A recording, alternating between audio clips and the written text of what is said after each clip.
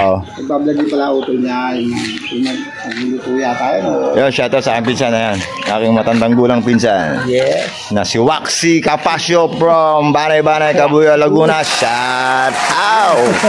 So, dyan muna. Ito kayo magpo-provide muna ako ng ating malunggay. So ngayong umaga nga po may bumisita sa atin yung pinsan ko nga po na si Florante Capasio. Yan, pinsan buo ko po yan. Matandang gulang po sa amin. So ngayong umaga po kumuha po tayo ng malunggay para ihain sa ating mga baby stag kasi para maiwasan daw po yung feather picking. So nilagay ko po at saka makakadagdag po dyan ng konting vitamina at tayo gipit ngayon wala tayong yung pang vitamin sa ating mga baby stag kaya tiyatagay po natin ang benepisyo ng ating malunggay. Sinabit ko po dyan sa loob ng kanilang range at sama-sama po sila dyan yung week old tsaka yung going to 1 month na 5 pirasong baby stag. So yung mapapansin nyo medyo hindi nila kilala yung malunggay at hindi po nila pinapansin. Siguro pagka naubos yung kanilang patuka sa kanila tutukain yan. So yung mga kabakad, maraming salamat po sa mga nanonood po ng aking munting vlog. Sa aking mga reels, please follow my Facebook page. Salamat po.